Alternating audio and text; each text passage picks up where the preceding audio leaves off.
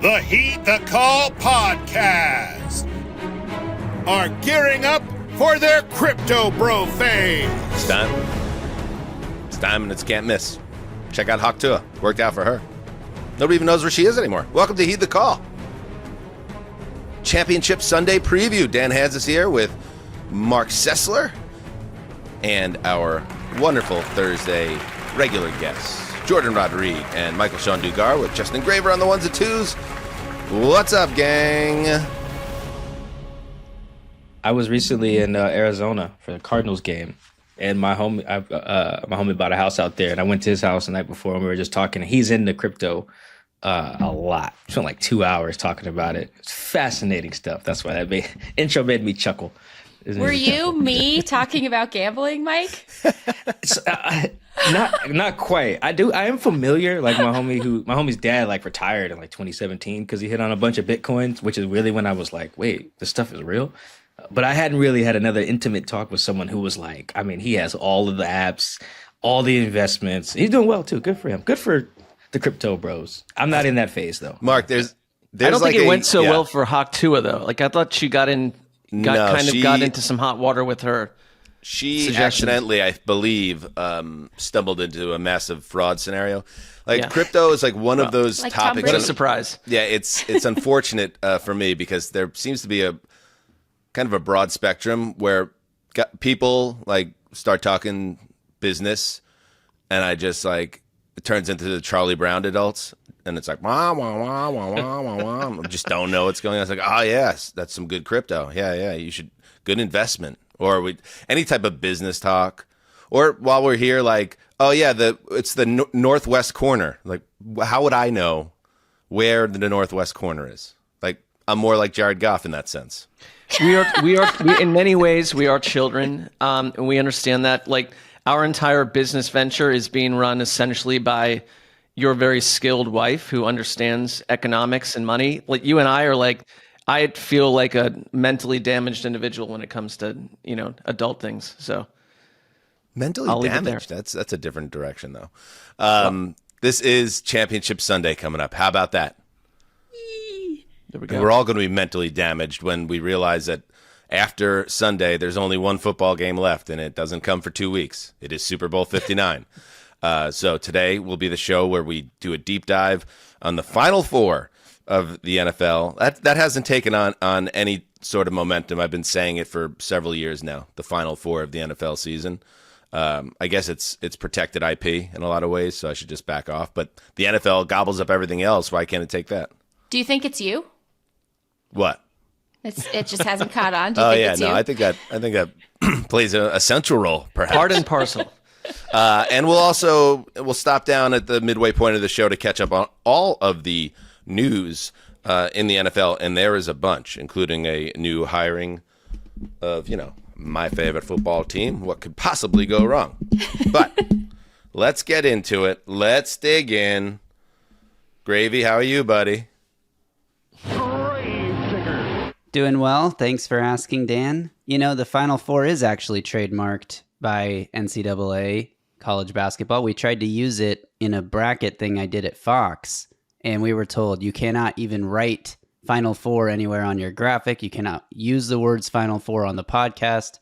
Total fear of being sued by that entity. So, yeah. This feels like a classic facts and questions moment with Justin Gravedigger. Oh, yeah. Honestly. Absolutely. That's what I think. Because I have a follow-up. So hit it, Justin.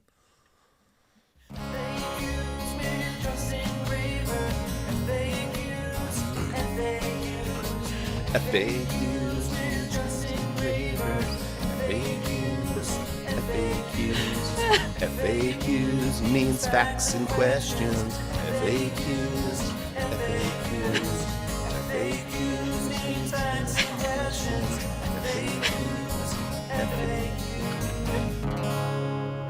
So much wrong with that song. Great song. It's very pleasant. Do we have to, now that we're no longer under the shield, do we have to call the Super Bowl the big game? Great question. Don't ask. I'm just wondering. Okay. I can find out without asking, and I won't give you an answer. How about that? Perfect. That's how we handle Well, business. what a segment. Here at Heed the Call. We find out general ideas of legal potholes, and then we just simply step over them and keep moving. Everything will work out. It's the FAFO method, you know? The old FAFO method. Yes, exactly. All right, let's get into it. Where do we want to start? Let's start. Let's start in the AFC. My goodness. I am so thrilled to introduce the following game. What? The number 2 Buffalo Bills traveling to Arrowhead. Michael-Shawn Dugar for the past 20 or so weeks has called it the Arrowhead Invitational. And here we are yet again we're closing in on a decade straight of Arrowhead Invitationals, it feels like, for the AFC title game. And it is the Chiefs as the number 1 seed. 2-point favorites in the desert, which seems about right. And Jim Nantz, Tony Romo on the call for another big spot for these two gentlemen. These teams met, obviously. Jourdan Rodrigue in the AFC divisional playoffs last year came down to a field goal. And I would be stunned, Jourdan, if we don't get something similar in this game. I think that this is a Bills team that's ready and a Chiefs team that finds a way, but also has proven time and time again that even when they win, they make it interesting. I think, wouldn't it just be the classic storyline after, the Chiefs have eliminated the Bills 4 times in 5 years, that this game does come down to a last possession, a final field goal. And the Bills' much maligned kicker over the past couple of years is the one who brings it home for this team, in part because of the efforts put forth to make the most complete attack specifically and the most will to, want to defense, despite some of their shortcomings. They play so hard for Sean McDermott. Like, this is such a complete Bills team. It almost feels like this has to be their year. And I would expect this to be the coaches like to call it a burn the boats game, where you throw everything you have at this opponent. But you got to know that the Chiefs and Andy Reid have something dastardly up their sleeves. Steve Spagnuolo has something dastardly up his sleeve in response. I'm with you. I thought there was a great story on your guys' site, The Athletic, from Nate Taylor, that talked about Andy Reid is still showing up to the complex at 4 a.m., that they've got a playbook with more than 100 different screen passes, that he's super obsessed. And I think there is a level of exhaustion with the Chiefs, maybe from like the fan angle. Like, we've seen this so many times, but they're as healthy as they've been all season. Hollywood Brown is back. Like, Isaiah Pacheco's back. Like, my one concern about the Chiefs is the one time we saw them vulnerable was against the Bucs in the Super Bowl, when offensive line problems caused breakdowns. And I do wonder, I know Joe Thuney's done a nice job at left tackle, but is that the one doorway in for the Buffalo Bills defense, is to create havoc against Patrick Mahomes? If you can't do that, you're not winning this game. Well, I think the other way is what we saw from Baltimore. I think I mentioned it last time too. It's like the Bills, they're not my style of defense, largely because they're super turnover reliant. And I think they led the league in turnover rate, I think, or something like that in the regular season, which is why I picked the Ravens, because Lamar hadn't turned it over. Mike knows nothing, apparently. They just went in there and cared nothing about protecting the ball. And that was the difference. The Chiefs, not as good at protecting the ball. I don't think Mahomes threw a lot of picks this year. I actually viewed this game, I think last week I was like, let me talk myself into the underdogs. Most of them did well. But this one, it was like I had a bunch of questions. Like, question number 1 was like, what happens if Spags gets antsy and just starts heating Josh up, which I do think is going to happen. What happens if Kelsey's old? He didn't really do anything last game. What happens if the Bills don't get turnovers? Because like these two teams are very evenly matched. I think 2-point spread. Yeah, that's right. But the Chiefs, man, they just feel like they never do the wrong thing. At least this year, they never do the wrong thing at crunch time. And it does feel like the Bills-Ravens game felt like that. Like, the Bills obviously played well, but more importantly, it just feels like they didn't do the wrong thing. And I feel like the Chiefs have been that too. That's why they keep winning all these close games. It's like when it comes down to using your timeouts or staying in bounds or getting that first, whatever, just, when the kick, punt, go for it. They just keep doing the right thing. And I feel like when you're at home, and I do think they're the better team, like, I feel like Buffalo's going to have to force them into doing the wrong thing at some point if they want to pull off the upset.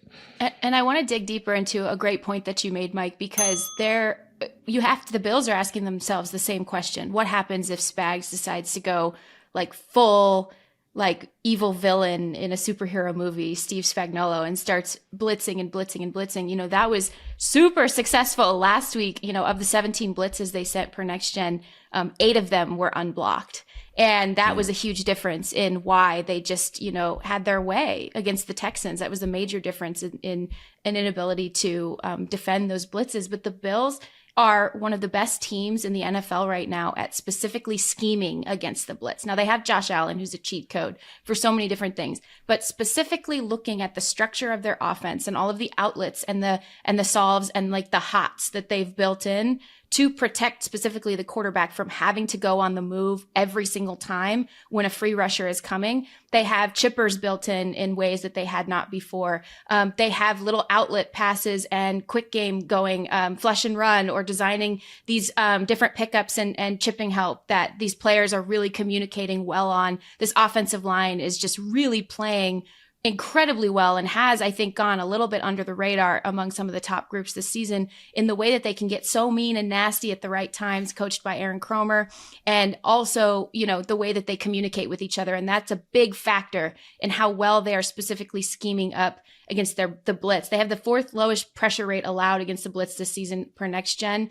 And they are in the top 10 of picking up free rushers. And that was a huge advantage for the Chiefs last week. And it really has been all year, particularly when they're designing pressure around limited snaps, perhaps for Chris Jones, who was getting his calf worked on at various times during the game last week. That is certainly on my radar as well. But I think the Bills are asking themselves that same question. Yeah. And so the Bills are perhaps underrated in terms of their talent level on their offensive line. As Jourdan points out there, they play well, they scheme well, they understand how to defend. And then you have a quarterback in Josh Allen who's a literal tank that moves with very fast efficiency. So it's like they are designed to be able to survive a healthy pass rush. And on the other side, I feel like with this game, if you think it's going to be a close game, and I've already said I think it's going to be a close game, it is that old thing in the trenches that I wonder if that is the difference in this game. So, and you look at the Chiefs, and like Mark, you mentioned Hollywood Brown's back.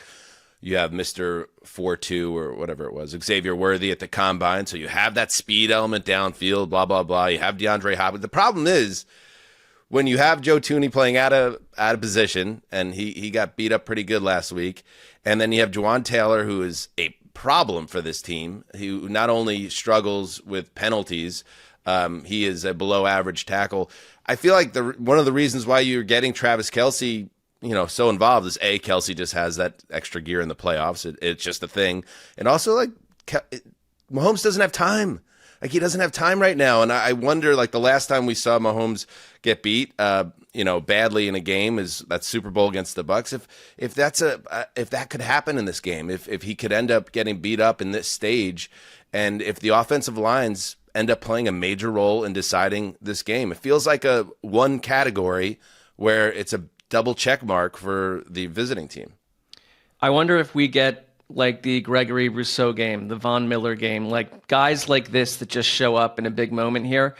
That said, Patrick Mahomes, for all there aren't a lot of downs, but in the playoffs, like if you go and study what he's done in the postseason, he's error-free. Like this is when he turns it on. He becomes, like, whether it's ankle or injury, whatever he's had, like he's an incredible rusher in the playoffs. He does not turn the ball over. So it's like, can the Bills create chaos? And I think, for honestly, like Bobby Babbitt has been a really good play caller for them on defense and has done a nice job. They had 11 different people to generate a pressure last week. They're finding a way to get to the quarterback. Can they do it against the Chiefs? Like if you can't, I like, it's boring to say, but I just think the Chiefs find a way to win these games like by 3 or 4 points at the end. And it's like, can Buffalo create havoc? Can they create enough havoc to make the Chiefs uncomfortable? We just haven't seen that too often.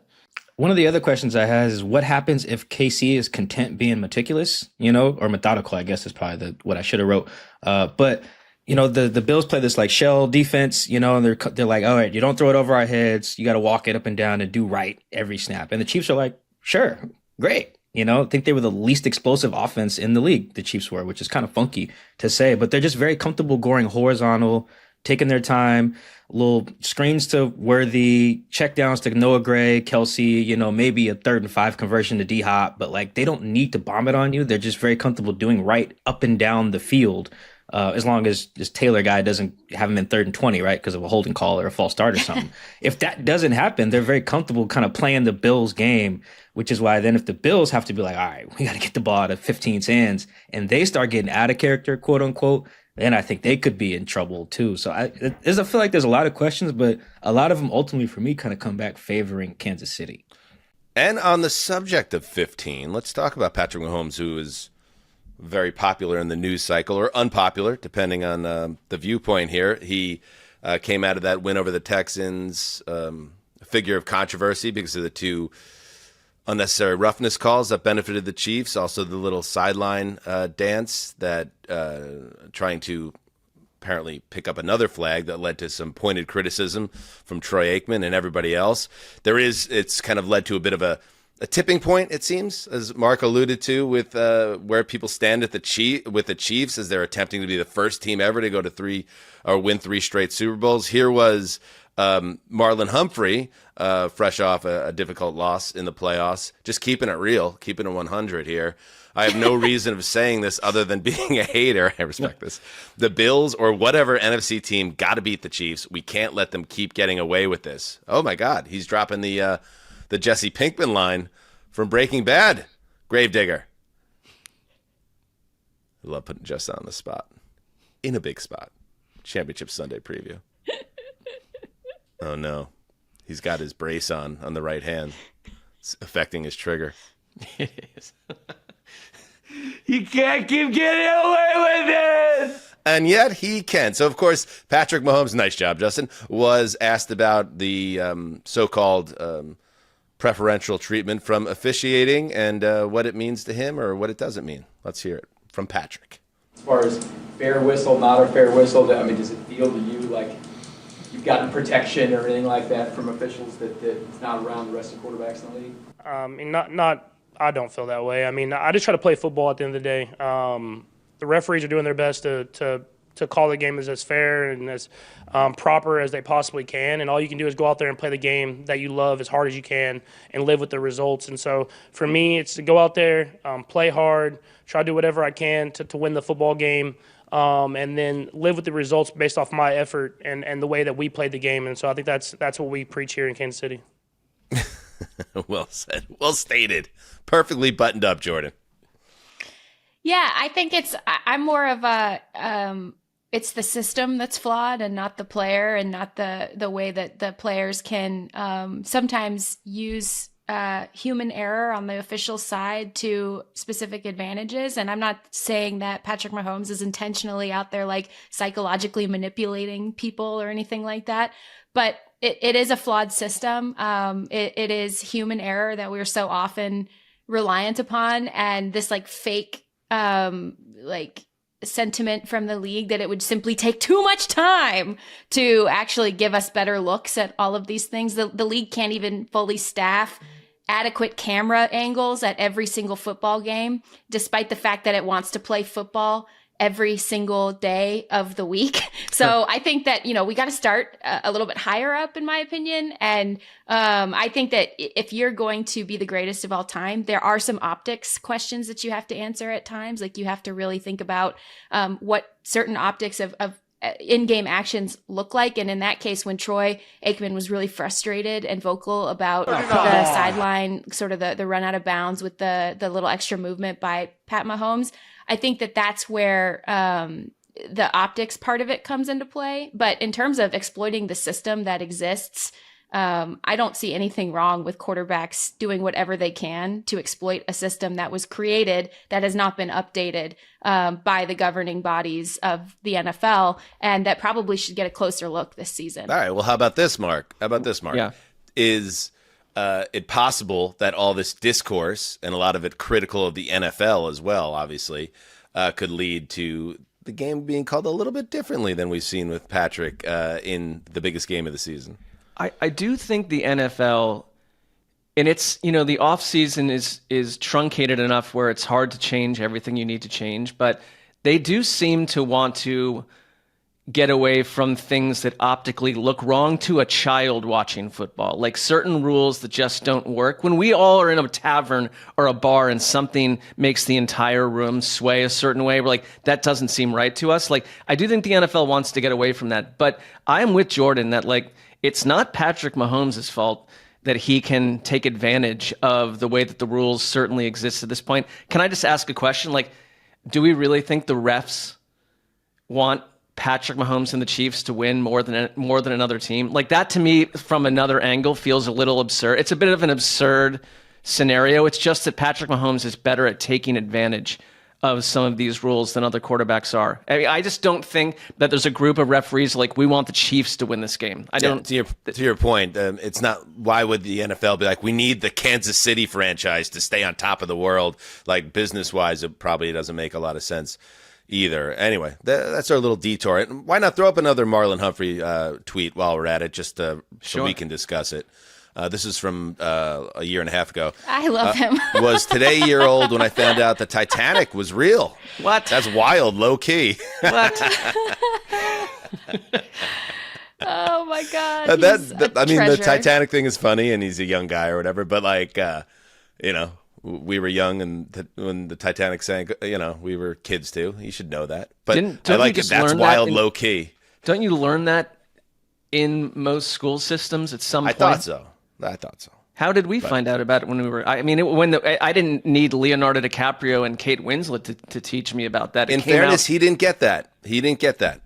Our generation got that.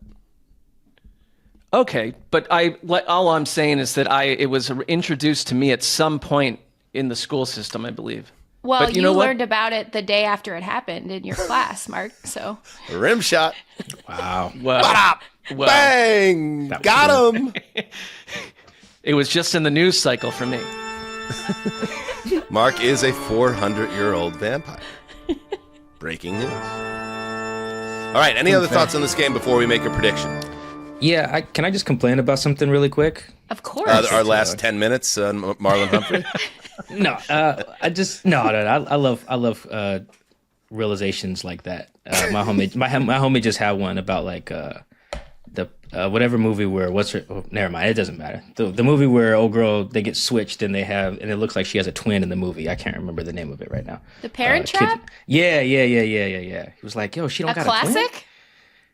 Yeah, he was like, yo, wait a minute, she don't got a twin? We're talking the Lohan version or the Haley Mills version? Or was there another one Multiple in the more versions. recent years? This was the Lohan CGI Lohan. Yes, Yeah. that was a funny realization. But anyway, what I wanted to complain about, I just don't like, and I feel like I don't know if I'm in the minority in this, I just don't like how the manufactured, everyone wants to be the little engine that could thing. This is in reference to like Josh. Like, yeah, they told us we were too small, we didn't belong, we didn't have enough talent. This like infuriates me in the sports world, and I like know why it happens. I covered Richard Sherman, so I get it. I get the kind of maniacal Michael Jordan. I took that personal psycho thing. I get it. I understand why it happens. I just think it's the dumbest thing in the world, in part because I feel like it's dismissive of the people who did believe in you. Like that's where I'm just like, guys, there are stronger motivations than Emmanuel Acho monologues, like I just really think there are stronger motivations in the biggest thing of your life, and like I've always felt this way, but now that I like have a kid, I'm just like, there's nothing that's going to motivate me more than like my daughter believing that I can do the thing, versus like Nick Wright thinking I can't win, or a couple of tweets or some, every team now screenshots like the analysts after who picked them to win. Now every team does it, and it's like, haha, you thought we would lose. Like, it just seems like this really dumb way to go about motivating yourself. People do it when they win awards and stuff, and they're like, yeah, man, I didn't think we could do it. And it'd be teams like the Chiefs. Or like one year the Patriots did it. And I'm just like, bro, what's wrong with you? Like, right. Your there should mom be limits believing in to, you? yeah, nobody believes in us pulling that card. It's like we know you got people who believe in you. You have thousands of fans who would kill, like the average diehard fan in the NFL is like a real legit psycho.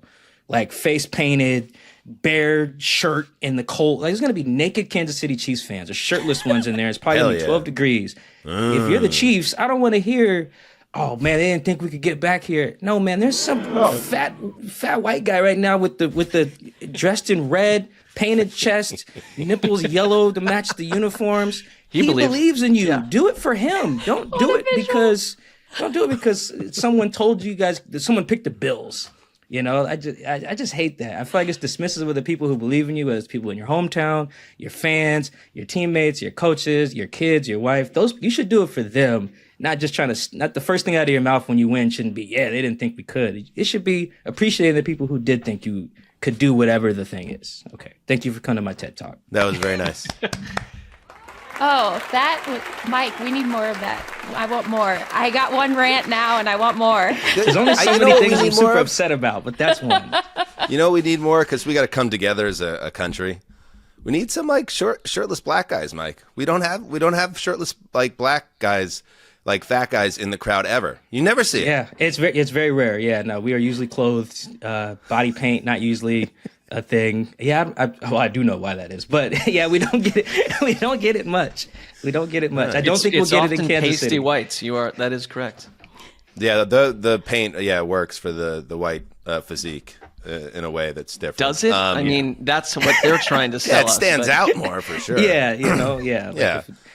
All right, well, that's something to work on. Yeah, I'm not saying you should be that guy, Mike, and your physique is too impressive to even, register on that end, but something to think about maybe down the line.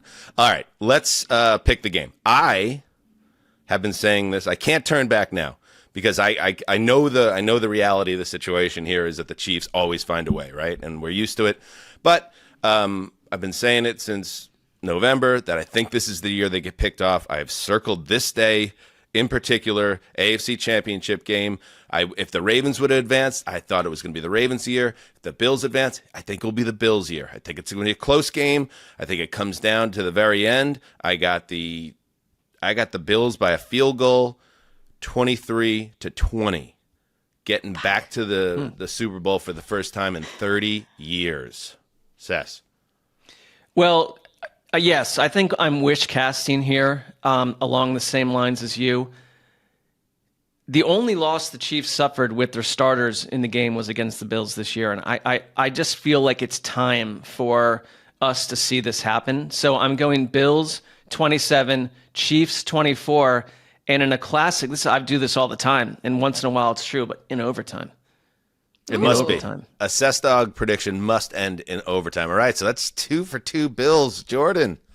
Yeah, Dan, you kind of took mine, man. I mean, I know you're on the kicker beat, so technically I guess I took yours. But I say Bills win 23-20. However, my camera froze, did all of you, pretty much right after Mike said the word nipples. So I'm not quite sure what your setup was. I just heard the score, and I assumed it came down to a field goal. So that is my score. We have 3 games predicted right now. Bills winning by a field goal. Mike, what are we doing? I'm going to go the other way. All right. I like the Chiefs. Very similar score as you guys, though. I actually like the 23-21, which, I'm looking at Vegas, these spooky devils they are. Yeah, I think the Chiefs pull it out. I think they just do the right thing enough, Like I said, the Bills are really turnover reliant. It's not the only way they play good defense, for what it's worth, but that is the edge that they have, and that is how they beat them the last time. I think Mahomes threw 2 picks, So, I think Mahomes and those guys just do right long enough and end up squeaking one out, 23-21. All right. Gravy, how about you, bud? Oh!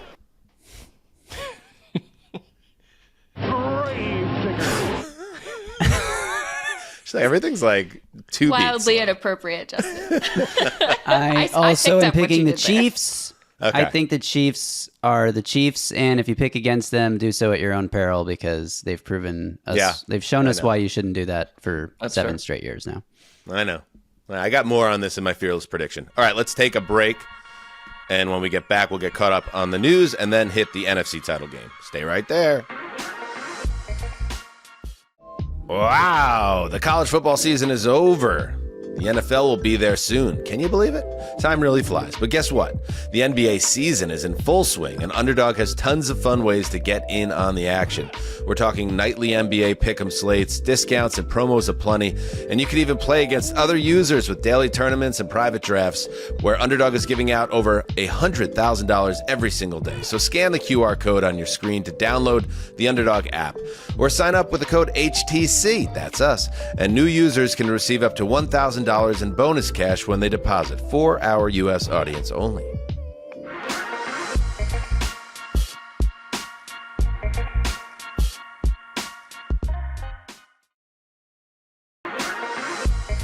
All right, we are back. It is time to get into the rest of the NFC. Dan! Hey! Dan! Oh boy, I'm pretty sure I know who that is. Yep, it's me, God! This bit again, Mark. Hey, God, what's up? Kind of busy. Big show today. Championship weekend. Bro, I know it's championship weekend. I literally created football. And also your faces, and your bodies, and minds, and stuff. Of course, God. Anyway, I need you to stop praying to me for the Eagles to lose every week. It's sad and annoying. Oof. All right, I'm busted. Trust me, you're not alone. I'm actually getting this request a lot lately, but I'm worried about you. I'm starting to think I've gone too far with the Jets. Yeah, maybe you have, but I'm sorry, God. I know you've got more important things on your plate right now. Oh, you think? Do you? What gave you that idea, Oppenheimer? Oh, I know. God! All right, God, I sense sarcasm. You should, because I'm laying it on pretty thick. Anyway, before I go, I see some of my other sons and daughters in the chat. Jourdan, nice job on your tight ends fearless prediction. Wonder how that happened. Wink, wink, nudge, nudge. Michael-Shawn, shout out to your coops. Also, please watch more Tarantino or else. Justin, easy on the edibles, kid. No, I'm just kidding. Keep eating them. It's how we talk at night. Mark. Ooh, uh-oh. Oh, Mark. You are a freak, my friend. An absolute savage. Keep it up. Okay. Okay. All right, thank you, God. Okay, bye. Weird that he comes on this show to say he's busy, and then we get all that. I don't know. I think he has his hand on the pulse. Well, he's God. Well, True. That's fair. he's got He his hand invented on Pulse. something over there, Mark. Yeah, what are you up to, Mark? I don't know. Why every time God walks in the room on our show does he make a veiled reference to what seems like a very unorthodox lifestyle that you're leading? That's all. It's hard to. You're a sex addiction? You got a problem with sex? You're addicted to sex? A sex It has addiction or been something? consistent, and it's coming from God. So I've got to pay attention and be aware. All right, Mike. Do you hear that about Tarantino? By the way, that almost seemed like a threat. Yeah, that scared me a little bit. Now I got to dive into something. Before Tarantino it's too should make a heist movie. That would get me more. Another one. I know he's made some before. I just watched Den of Thieves 2 the other night, so now I'm like all back in my heist movie stuff. Maybe that could be our compromise. There is Tarantino it's makes Reservoir Dogs, right? Yeah, that was like I think that came out the year I was born. Maybe it was like an older. That doesn't mean it's a movie. bad movie. Well, it was also bad, but he should try to make another one. You know, Got to give him the rights to Dark Thierry. Oh, see? imagine. I could get down with that. Get down with that. Yes. Yes, Shout out to the he Cougs could- though. God being a Coug fan. There we go. Yeah. There we And he go. got that DC fired too. So all the things that work out. There we go. All right, let's catch up on some news. Let's start with the New York Jets, who make their decision after an exhaustive round. I think they interviewed 16 candidates with their little search firm. that involved Mike Tannenbaum.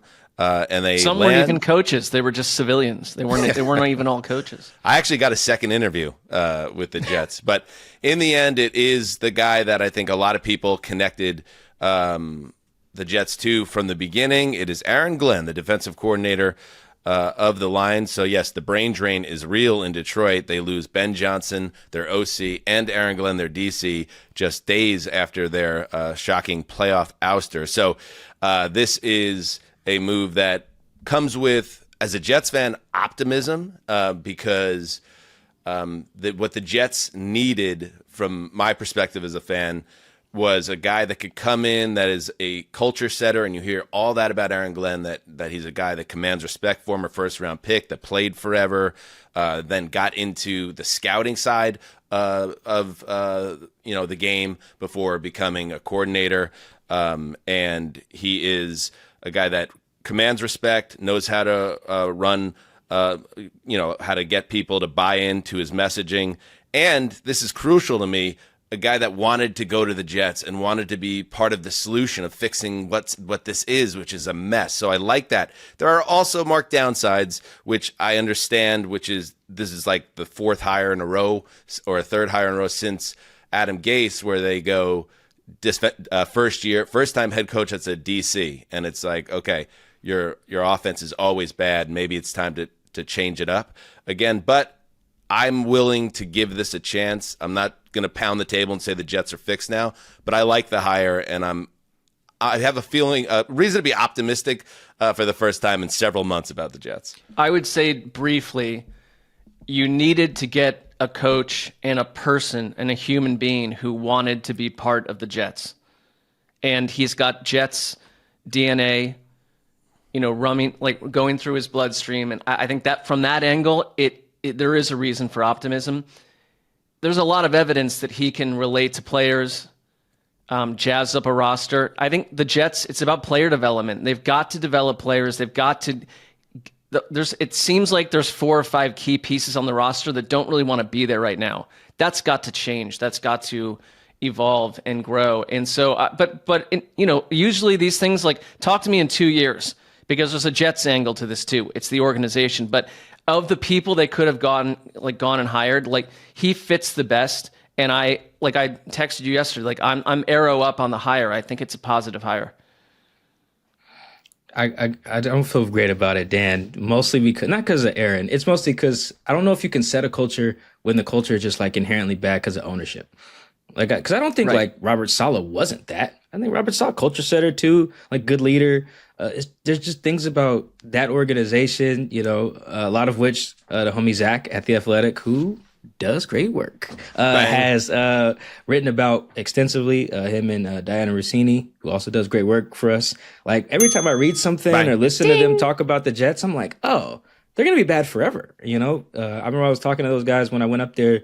The Seahawks played the Jets in like week 13, and they was just like talking to all the other beat writers and stuff. And I was like, oh, this franchise is screwed, So I hope it works out for him, but I do feel like for the Jets to turn around, and for all the bad teams really to turn around, it's really got to start up higher than the coach. The owner sets the culture, and unless that is going to be a lot different, we could see, AG suffer some of the same fate as the guys before him, particularly if they don't get the quarterback thing right, which I'm also worried about. Let me just, before Jourdan, I get your thoughts on it, let me just answer to that as the Jets fan that's trying to feel good about this, that the way this could have went also, and we're trying to fix things around here, this could have went, they galaxy brain it, they overthink it with all these different people, and you end up with, oh yeah, we must hire an offensive play caller, we must hire someone that's had prior experience, and you end up with fucking Arthur Smith or Matt Nagy or Todd Haley or some shit, like,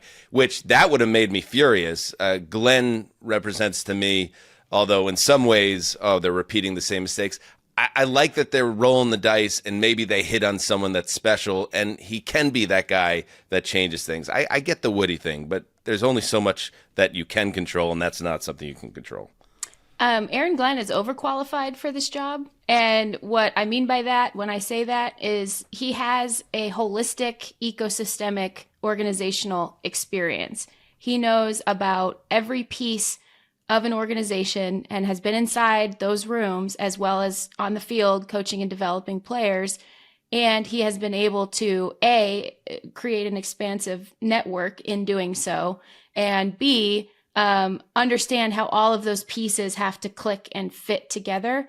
And because he is most undoubtedly paying attention to everything that's gone on with the Jets over the last several years, he understands exactly what it looks like when it's not working. And he probably had friends in the building telling him all of the secrets and all the little things that were going wrong. That's just all of these coaches, they gossip to each other constantly. That's just how it works.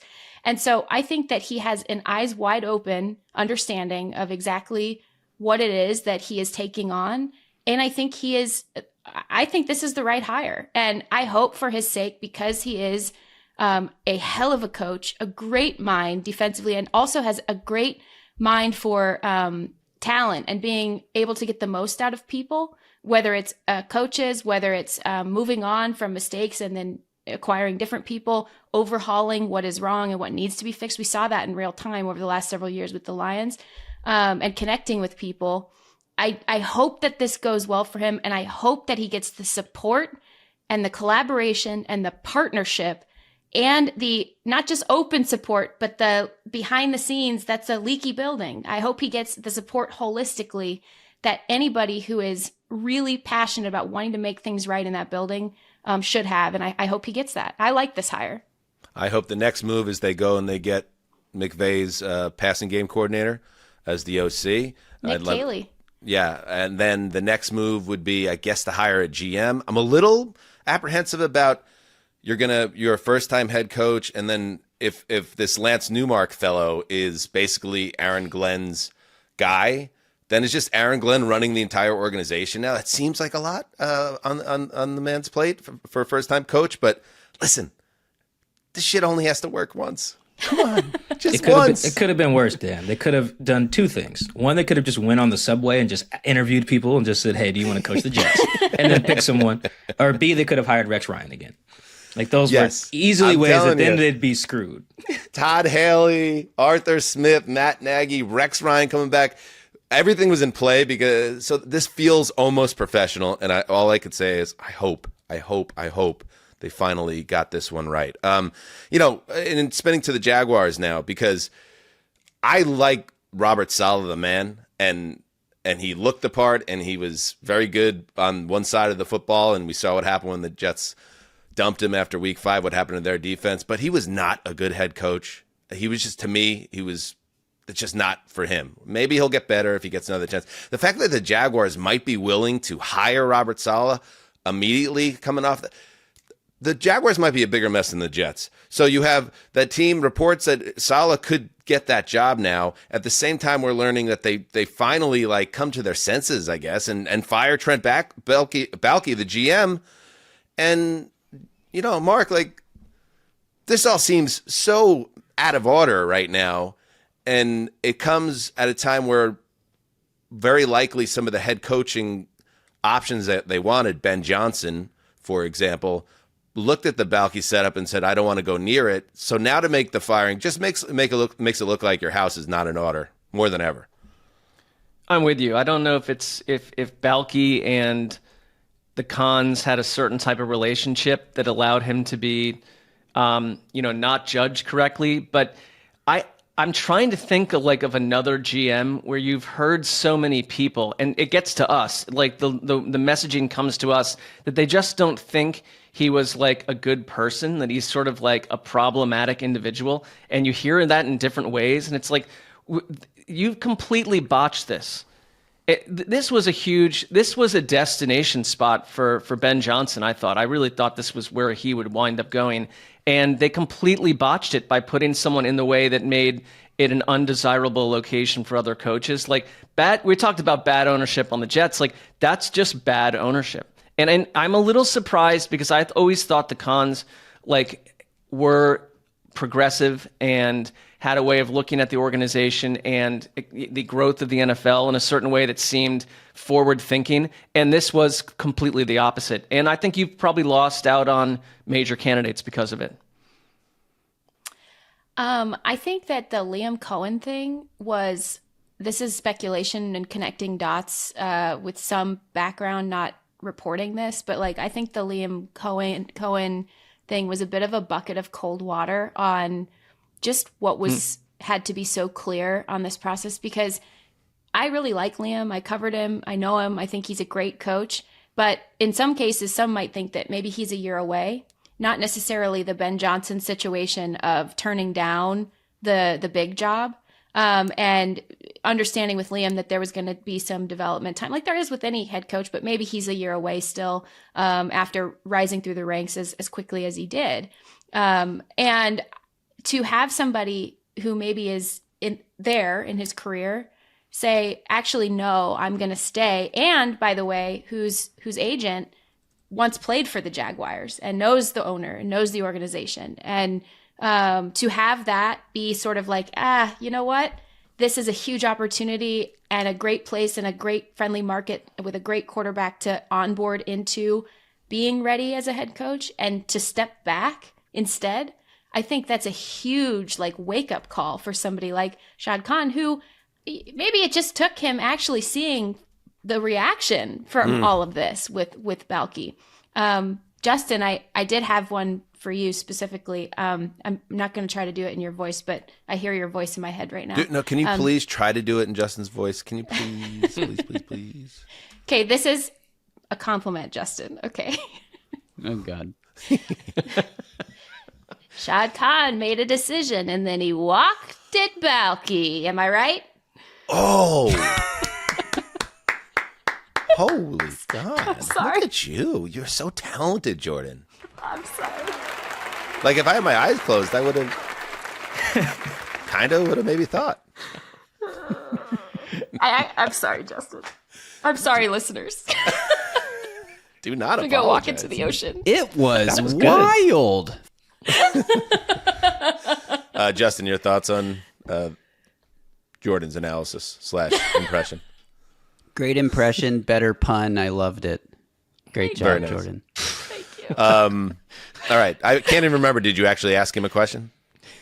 Or was it a statement? No. No, fake you, Jourdan. No. All right. Let's move on. Let's see. The Patriots hire Josh McDaniels as OC. One quick editorial there. Okay, it makes sense as a hire, but again, more evidence that they tried to be different, and now they're just trying to crank back the clock desperately. And all right, maybe it works, maybe it doesn't. Drake May has somebody that has had a lot of success in New England. Jeff Ulbrich, the Jets' interim coach and former DC, is now the new Falcons defensive coordinator. Lions defensive line coach is promoted to DC, replacing Aaron Glenn, who went to the Jets. The Bengals quickly move on from Lou Anarumo, who recently left the post there, or was told to leave the post, and landed with Indy. Mark calls it a huge hire. They replace him with Notre Dame defensive coordinator Al Golden. You called it a huge hire. Maybe it will be. We'll see. We'll be tracking that all next season. Those are some updates on the coordinator ranks. Thoughts? Anyone? Jump in. Give me any Patriots are a evidence. I of shouldn't have Josh done that. That's McDaniels. bad hosting. All right. Mark, Look, jump in. Give Then me any Michael-Shawn. evidence of Josh McDaniels succeeding minus Tom Brady. Like his record when he's not coaching Tom Brady is a drastic mess. That's my comment. Okay. Mike? The Patriots are a little weird for me with they have such good history, this century. And I feel like you got to make a decision. Do you want to just keep lean into it all the way, or do you want to completely tether from it? I feel like the Seahawks had to make a very similar call out here. It was like, all right, Pete has this culture. Do we want to, Legion of Boom stuff with this winning organization? We're getting rid of Pete, but how much do we want to preserve? How much do we want to start anew? And they kind of did the halfway thing, fired Pete, but kept John Schneider and literally everybody else other than Pete's coaching staff. I don't think that was the way to go about that either. It seems like the Patriots, after a year, were like, never mind, we're Belichick 2.0-y around here, which I'm not sure if that's the way to go either. But I just feel like they're botching that a little bit, though. I actually do think Josh McDaniels would be good for Drake May. I actually do have some faith in that particular OC quarterback partnership. Yeah, and you need the front office to give Drake May some pieces and hit on some draft picks and sign some guys. All right, and finally, last bit, just something to keep an eye on. The Cowboys are kind of floating in the ether. They had their second interview with Brian Schottenheimer. Okay. What are we doing? Is that what we're doing? So is there any way to random. get Mike McCarthy back? Is this how the Cowboys thought this was going to go? Is Mike McCarthy going to end up without a chair in all this? For what it's worth, I do think I covered Brian Schottenheimer for a little bit. He was a Seahawks OC during like the Let Russ Cook years, and like at that time he was like rumored to be like a future head coach, right? Because the Seahawks offense was kicking ass at the time. So I actually do think he'll be an okay head coach. He's been around the game forever. Obviously, you can tell by the last name. He's got a connection to a lot of coaches, which is important when you want to get a staff going. He knows how to lead people. Like all that is fine. It just feels so random. The way they just played with Mike McCarthy and the contract and things like that and let him go. Let's flirt with Dion for a few days, just because. And then we'll just pull up a guy who was already in the office. It just feels like the wrong way to go. Like you talked about the Jets kind of, their process seemed more professional. This seems like the opposite of that. The Jaguars and the Cowboys seem to just be in like, Jaguars for a different reason, but the Cowboys and Jags seem to just have like botched the process of this, even if they ultimately land on good coaches, which if the Jags hire Saleh and the Cowboys hire Schottenheimer, I think they both could be good coaches. Just the way they got there was a little funky. Yeah, I always thought Schottenheimer was the example of, because before the let Russ Cook era Seahawks, he was during the Sanchez era with the Jets, their OC, and he was a classic example of like he was a very hot name, and then the Rex era fell apart, and he was connected to that, and so his name kind of cooled off as a head coaching candidate. And now here we are all these years later, 15 years later, still looking for his first job, now 51. So he went from like the young hotshot, future head coach slam dunk to a guy waiting to finally get a chance. Let's see if it happens. Offensive coordinator, of course, of the Cowboys the last 3 seasons. All right, that's what's happening in the news. Let's take a break. We'll hit the NFC title game. Are you playing on Underdog yet? Maybe you don't love the idea of building a pick'em entry. That's okay, because Underdog also has streaks. Enter for as little as $1, get a nice streak going, 1 pick at a time, and you can win as much as 1,000 times your entry. Or if you build up a streak and don't want to risk it anymore, you can cash out your streak anytime. So download and play on the Underdog app, sign up with the code HTC, and receive up to $1,000 in bonus cash for our U.S. audience only.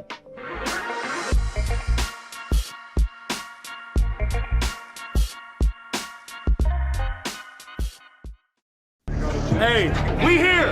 We the show. Hey, everything you got inside of you, you got everything you need to be successful.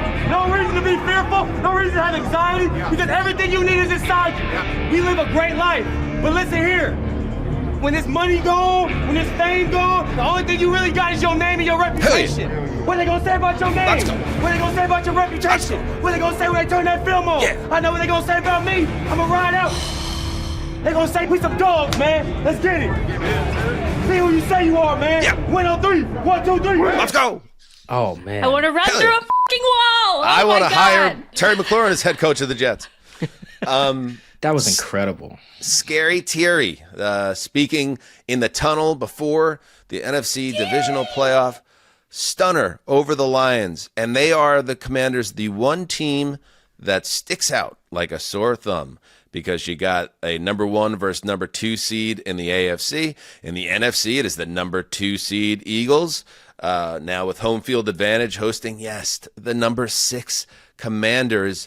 And yet, there's no reason to think that the Commanders are out of their depth in this matchup, because they've shocked the world against the Lions. They couldn't have more confidence, and the Eagles are going to have their hands full, Dog. This could be another game that comes down to the very end. Very excited about both of these games this year. It kind of reminds me of the early era Seahawks with Russell Wilson, where like this team has grown up before our eyes, and I simply am unwilling to pick against them at this point. I think they can beat anyone in any situation.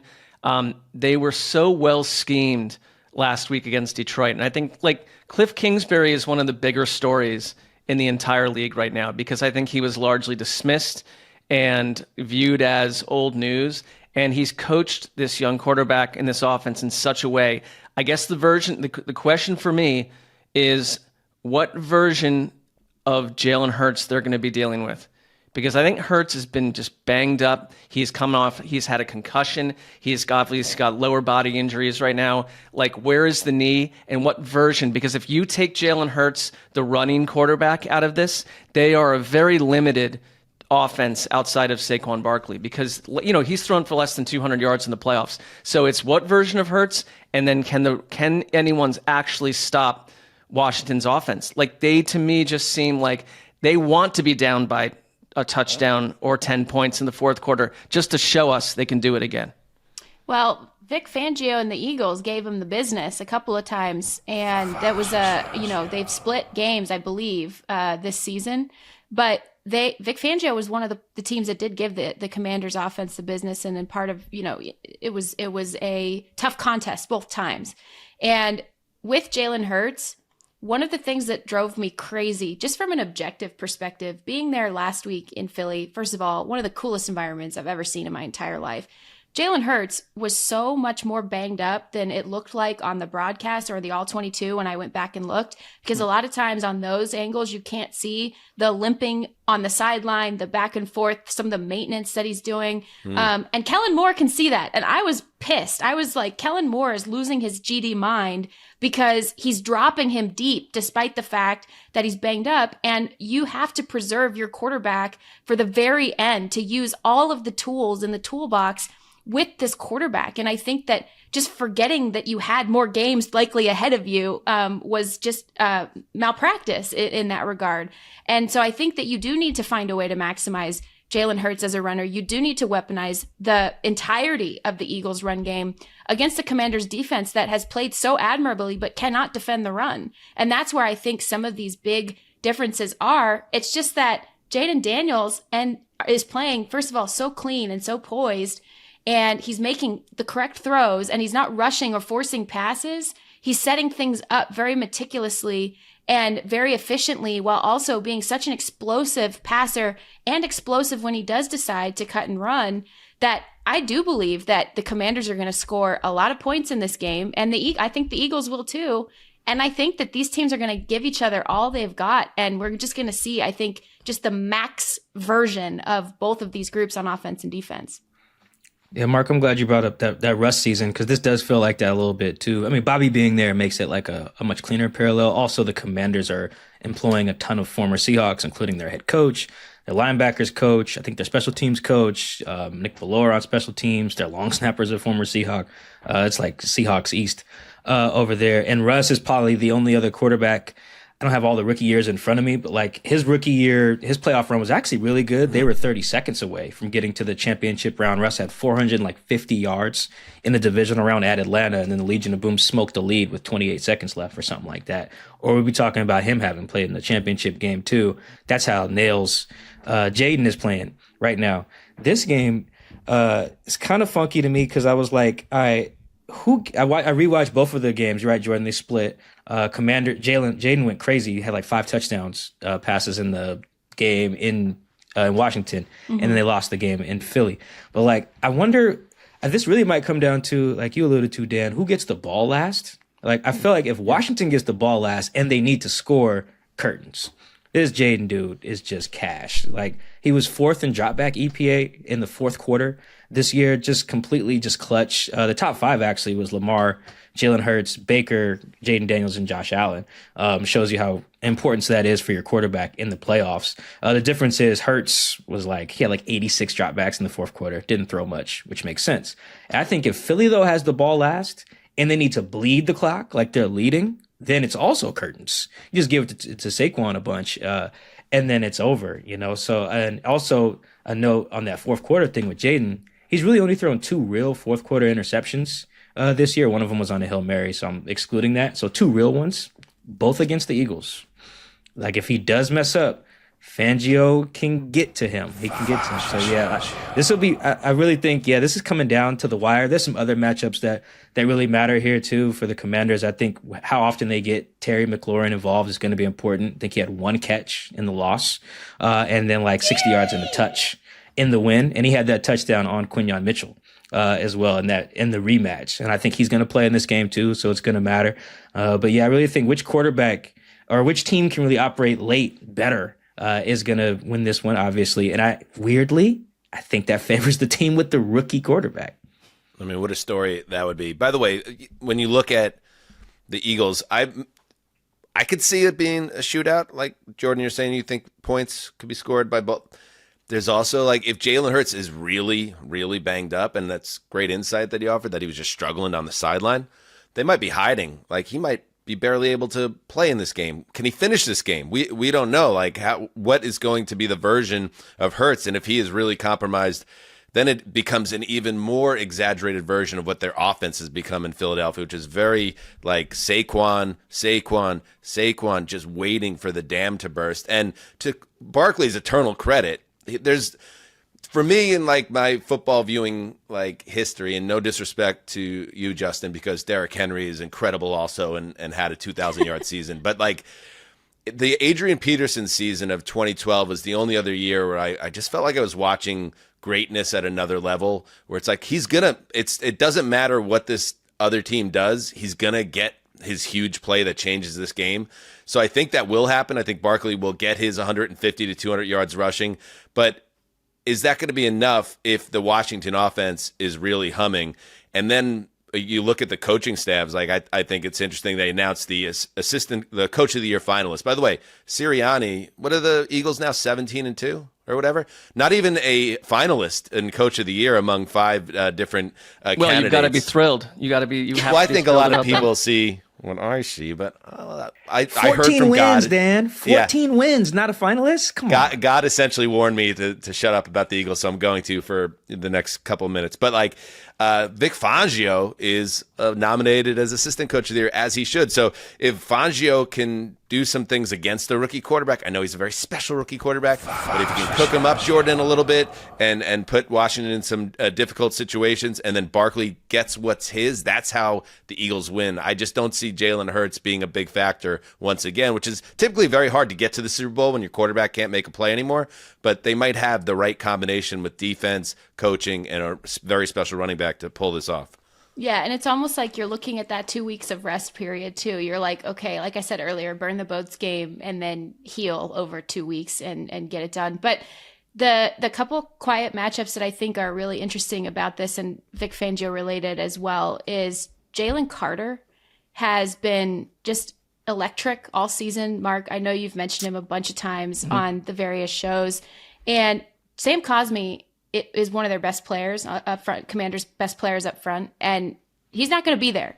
And the fact that Jalen Carter is now able to be deployed in these Vic Fangio plans where they'll run these little rotations and like these fake stunts and these fake movements that really put the Rams offensive interior in a blender, especially late in the game. That's the reason why the Matthew Stafford almost incredible comeback drive ultimately failed, was because Jalen Carter blew up the game because of all of the setup plays and the setup movements that he was deploying within that scheme. And then Zach Ertz is the biggest red zone threat, one of the best red zone threats in the league right now, and the biggest red zone threat for the Commanders once they get down and are highly efficient in that area. Well, Vic Fangio is going to put Dejean Parmesan on Zach Ertz in that power slot defender, star defender against the tight end matchup. And those two things could end up being really crucial, pivotal positions in very thin like margins of error in this game. We're on the same party line, because one of my notes here was just like, is this the game where Jalen Carter becomes like a wildly powerful version of himself? Now, they doubled him nonstop in their matchups against the Eagles. And so I think that they're going to have to find a way to keep him out of this. But the Sam Cosmi injury, he was their best offensive lineman. That is huge. It's like little things like that at the end of the year when you've lost key figures changes everything. And so the only thing I'd say is, if you're Washington, keep being as aggressive as you've been. I do think that one thing is Dan Quinn is an example. We're talking about all these guys that are getting a first-time coaching chance at head coach. Like, he has showed me that he has learned from what happened with the Falcons, because he has been super aggressive on fourth down, and it matches their quarterback. It matches what Cliff Kingsbury wants to do. And that's why I'm with you, Mike, that I think like whoever has the ball last in this probably prevails, but Washington's shown that they can do it like 7 or 8 times this year. By the way, Jourdan. I noticed it this time. I missed it the last time you did this. Dan Quinn gets referenced, and you turned your hat around. Well done. Yep. Mike was already a step ahead of you. He already had his hat turned around. Here is Vic Fangio on the great Jaden Daniels. He's a young quarterback by birth certificate, not by the tape. The guy's playing extremely well. You could tell how much they think he's playing, so good by the volume of their offense and the things they trust him to do.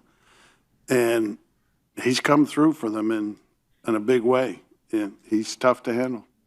I got to tell you, I've been on the Vic Fangio beat for years and years and years. That dude is kind of mean. And the way that he's gushing over this quarterback is like probably the highest praise I've ever heard from Vic Fangio in talking about an opposing player. It just was really stunning and very telling to me. Did you ever get yelled at by Vic Fangio?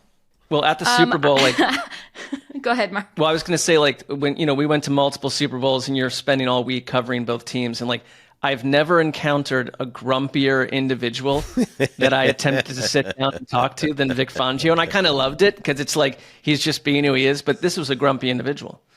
Yeah, I love Vic Fangio. I think he's perfect for that team and for that fan base and everything. And like I said, I had a great time out there last week. But I was in Miami last year working on a story about how the cheat motion spread across the entire league and up and down into Canada and back down into America and across all of these little coaching trees. And I was talking to Vic Jourdan in the press conference about practicing against it in scout team, and is he starting to see that play pop up more often on the scout team cards that they design when they're trying to predict what other teams are going to use against them? Are they starting to see their own play come back at them in scout team? And Vic stared at me for a good while and was like, yeah, we see a lot of motion. And I was like, I'll just go myself. Yeah, thanks. he is not entertaining. I think Mark and I were talking about this even on Instagram. I posted a picture of Vic and I was just like, oh my God. And me and Mark were fangirling out. And I was like, then the letdown was just, yes, absolutely. I died. Yeah. Mark has an old Jonathan Brandis Teen Beat type poster on his wall above his bed, but it's actually Vic Fangio.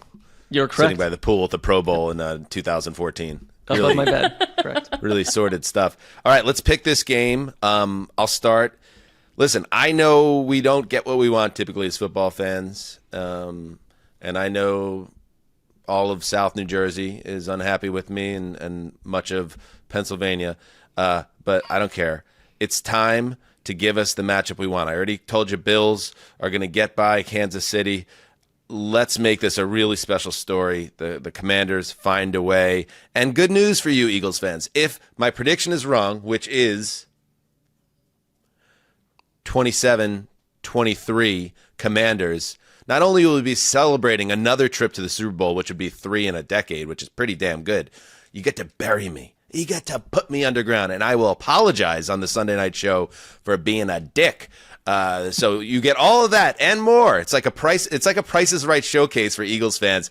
If I'm wrong one more time, Soupy from the Wonder Years, you can hit me up. Connie Fox hit me up. Gonzo hit me up.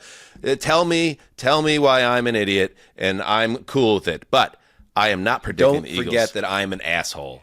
Yes, but I will own up to it if the Eagles find a way to get out of the NFC, because I don't think they have any business in their current state to get out of the NFC, and I don't think they will. Go Commanders, 27-23. Mark? I love that. I joined Dave Damashek's show, and he warned the listening public that the one thing we don't want is a Chiefs-Commanders Super Bowl from a uniform angle. You know that he's very into the uniform matchup. He's a uniform officer. Yeah, and I picked the Bills, and I'm picking the Commanders, and it's a similar score to yours. I have 27-26 over the Eagles. So that should concern Commanders fans that I've just done that. It is not good. That is not what I was looking for, Mark. Well, I didn't need you getting behind, because you love the Eagles, So now you getting behind the Commanders, I think it's very fair to ask once again if a voodoo issue could come into play now. I don't agree. I don't. I'm not buying into this. I don't have that power. I believe the Commanders can supersede my so-called jinx power.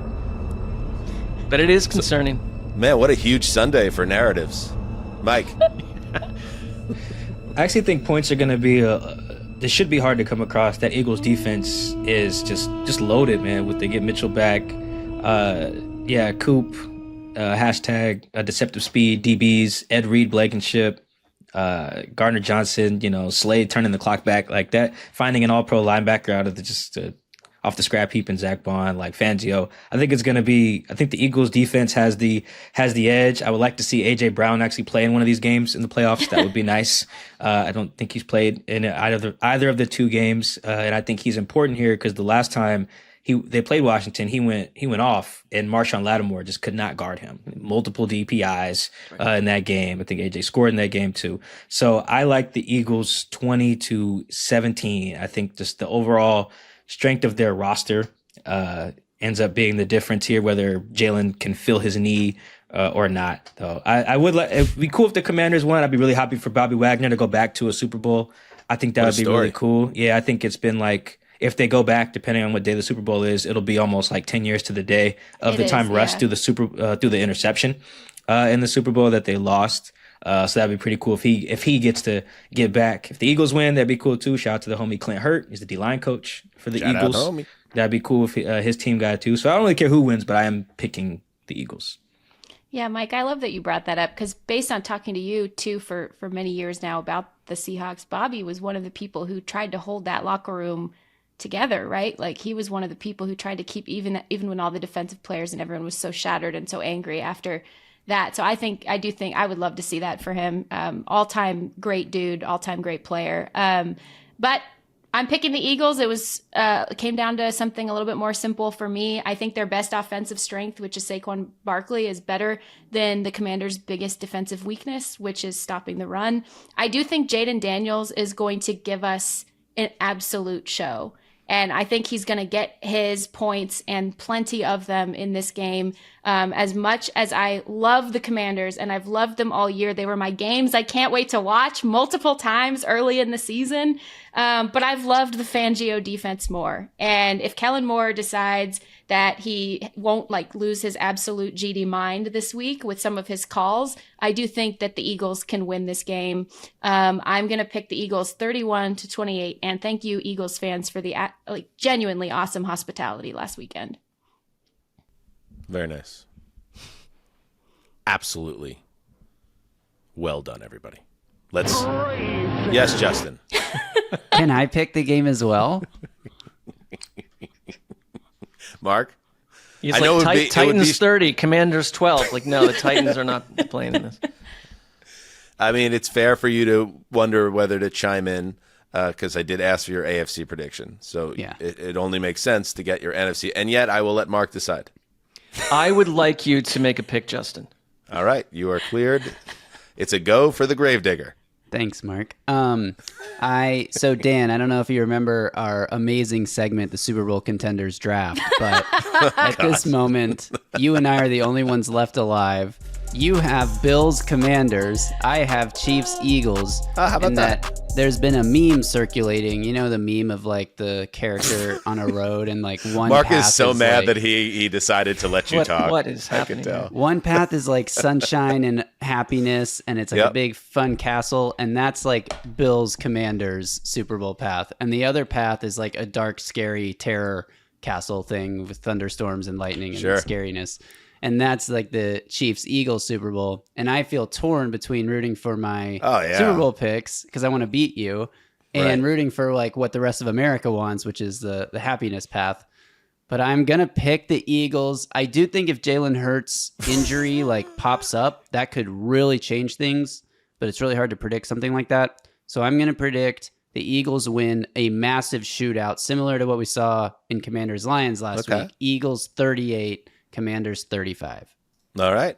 And, I guess I do feel compelled, Mark, to reiterate to our producer that what you get if you win the picks prize for literally our worst segment of the year, the prize is absolutely fucking nothing. Well, right, and it's like, is Justin going to walk into like a Wendy's and everyone's going to recognize him and know that this occurred? No, this is not changing. This your one life. is because I have such warm feelings for our producer because he's so excellent and a good man. I have not let it get under my skin, but it continues to boggle my mind how often he brings this up and cites this as important kind of lore to the show, this one segment. But I guess it's because you're still in the competition, and I guess I could follow the breadcrumbs on this one. I would say it created one of the more thorny text threads between the three of us because Justin would not relent on like how important it was that we keep mentioning this contest. I just stayed out of it. I think it's great that we ended up with like Dan, like neither, like I just think it's awesome how you have Bills Commanders and I have Chiefs Eagles, and it's not like there's only I feel like everyone's only predicting to your point, paths. and we really got to go. But like to your point, like you say like the way better matchup is the teams I pick, but you're willing to have a much lesser matchup so you win this meaningless contest. But it's not all right. Listen, we all have the things that get us going, and now I better understand you. Yes, I'm like Jalen Hurts. I'm a winner. I just win. It was about 9 minutes ago that we asked Justin to provide his prediction. So. Mark, that was a faithful decision you made. All right. He's a winner. He wins. We'll see. All right. Let's do fearless predictions, and then we got to go. All right. Let's see how we did. By the way, the most important fearless predictions of the season last week, division round playoffs, because it was a skins scenario worth double. And as God pointed out, literally God pointed out, Jourdan, I thought had the most impressive win of the season in some ways. Let's take a look. Jourdan Rodrigue, a tight end, will score in all 4 games. Ding. And my God, it happened. And not only did it happen, the fourth one in the 4th game, Ravens Bills, it was Isaiah Likely in the final minute of regulation. And Jourdan, did you do like a Derek Jeter fist pump when that happened? Like, what was your reaction? Did you do the Michael Jordan like shoulder shrug? Like, what was take us through it? Yeah, it was kind of sad actually because I was finishing my column from Rams Eagles and I couldn't watch a majority of that awesome game because I was writing. And I was like in my feels a little bit because it was a really big column for me personally. And so I was emotional, and then that happened. And I was like, oh, I think I just won my fearless prediction. And then I looked and there was nobody around me. And I was like, why do I do this? It was a really great call though, for 4 tight ends in 4 different games. And I just so you know, Jourdan, I find you to be an endearing figure. Like, I always assume you're emotional and on the verge of tears about something that you're covering or thinking about at any given time. So that's not surprising to me. You said that in a way where it's like, oh, yeah, she has an okay personality though. So, you know. Oh, no, wonderful. All right. And again, double.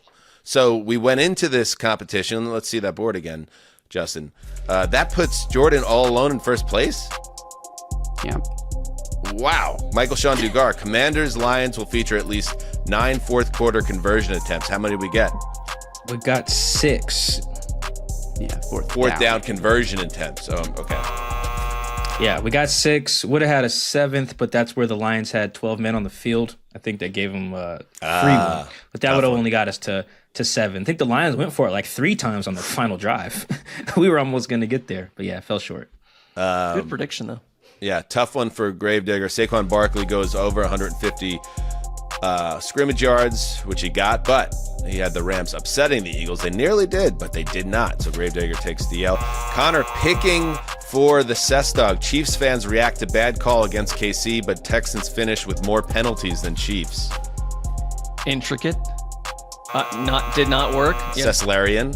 Zuzzer, all 4 home teams win outright. 3 cover the spread. No. What was it? Well, the Lions 3 out of 4. The Lions screwed me. Yeah. All right. Okay, let's do our picks. I don't usually, and Mark, it's coming down to it now, buddy. Me and you, 3-16. 2 picks to go for the battle for the cellar. I think underdog will fire us soon if we. I mean, if this continues. I hope Josh Norris isn't watching right now. Yeah. All right. In honor of you, Mark, I kind of have a Sesslerian pick here. The last time a team had a chance to win 3 in a row, 3 chips in a row, it was the 1990 49ers, and they hosted the NFC title game against the New York Giants. And yes, it is remembered for the savage hit taken by Joe Montana that knocked him out for like a year and a half, 2 years, took him out of the game, and then the Giants won that game on a field goal as time expired. This is my prediction. I don't root for anybody getting hurt, but Mahomes doesn't finish the game, and yes, the game ends with the Bills kicking a field goal in the final minute. That is the deciding points in the final minute. So there it is, a kind of a remix to the last time we were in this position as football fans. Bang! Let's see if it happens. What a nasty hit that was on Montana. That was one of the most vicious defensive games by both teams. That was a wild, wild playoff showdown. I'll never forget watching that. All right, next. Good ref. Thanks, buddy. Mark. What I predicted is that one of the 4 quarterbacks this weekend will have 5 turnovers. Ooh, 5. Not even Goff had 5. Are you kidding me? Of course I will not get this correct, but it's meant to be fearless, so there we go. And it is. All right, Jourdan. Yeah, Mark, I think you overcorrected on that just slightly, just because, but I understand the stakes are different. But so, no team in the postseason right now has turned the ball over even one time so far that are still alive so far in the playoffs. And I think that changes after this weekend. I think there are at least 4 combined turnovers in the 2 games, and 1 is returned for a touchdown. Love it. And here he is, Money Mike. He needs it, absolutely needs it to stay alive for the trophy. Mike, what is your fearless prediction? Keep it simple. I think the final play from scrimmage in both games is a scoring play. Ooh. I'd sign up for that in a minute. Love it. There you go. Mark, you decide. Okay. Proceed. All right, there we go. Justin, stage is yours. A non-quarterback will throw a touchdown pass. I'm just relieved that it wasn't about the segment, the worst segment of the year. And I will be victorious. No, I'm just kidding. All right, a non-quarterback throws a touchdown in one of the games. Right. Very well. Very well. All right. Good stuff. All right, we will be back on Sunday to recap Championship Sunday over on the Patreon. You guys could check in with us where we'll be doing the Friday Fun Show. That's the next content over there. Also, new throwback podcast on the Patreon. Bob and I, a little bit late, blame, fires and things like that, but our Throwback to the Future episode on 2024, our favorite music of the year. So check that out. And I'm sure I Dream in Red has a major newsletter this week. So make sure you check in on that. And, right, Mark? We have got a new Rolling Thunder coming out at some point here. So yes, the content just keeps swimming. And that is not what that newsletter's about. No. I don't know why you continue to sync the product. I don't understand the strategy, but you've been effective at that. Patreon.com/heed the call. Strategy. All right. Thank you to everybody. Until next time, do what you must. Heed the call.